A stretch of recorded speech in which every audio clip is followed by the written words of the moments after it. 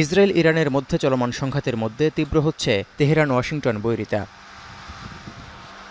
এই অবস্থায় তেহরানের পারমাণবিক স্থাপনায় যুক্তরাষ্ট্র হামলা করবে কিনা সাংবাদিকদের এমন প্রশ্নের জবাবে কিছুটা অস্পষ্ট রেখে ট্রাম্প বলেন, ইরানে হামলার বিষয়ে এখনও চূড়ান্ত সিদ্ধান্ত নেয়নি যুক্তরাষ্ট্র। এছাড়া ইসরায়েলি হামলার পর ইরান পুরোপুরি প্রতিরক্ষাহীন হয়ে পড়েছে বলেও মন্তব্য করেন Trump. Remember 60 days and then came the 60. 61 is going to become a very famous number. That was one hell of a hit. That first hit, that was one hell of a hit. Not sustainable, to be honest. That's where it ended. It ended on the first night. Yes.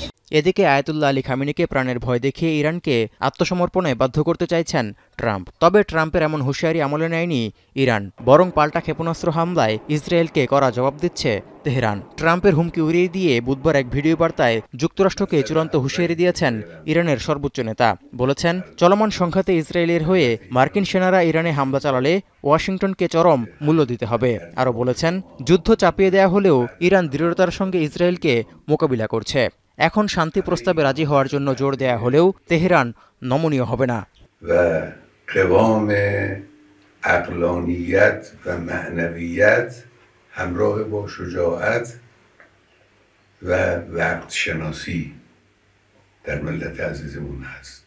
এর আগে মঙ্গলবার মার্কিন president দাবি করেছিলেন ইরানের আকাশসীমা যুক্তরাষ্ট্রের দখলে, কিন্তু অপারেশন ট্রু প্রমিসের 11তম ধাপে বুধবার ভোররাতে আবারও অত্যাধুনিক হাইপারসনিক ফাত্তা মিসাইল দিয়ে ইসরায়েলি ভূখণ্ডে হামলা চালাচ্ছে ইরান।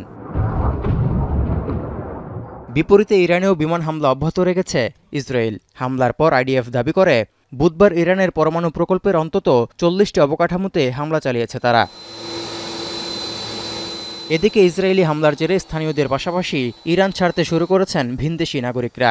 বিমান ব্যবস্থা বন্ধ থাকার কারণে ভোগান্তিতে পড়তে হচ্ছে অনেককেই। এছাড়া সংঘাত তীব্র আকার ধারণ করায় বিমান বাহিনীর রণতরী নিমিজ্জের পর এবার মধ্যপ্রাচ্যে আরও বোমারু বিমান মোতায়েন করেছে ইসরায়েলের ঘনিষ্ঠ মিত্র যুক্তরাষ্ট্র।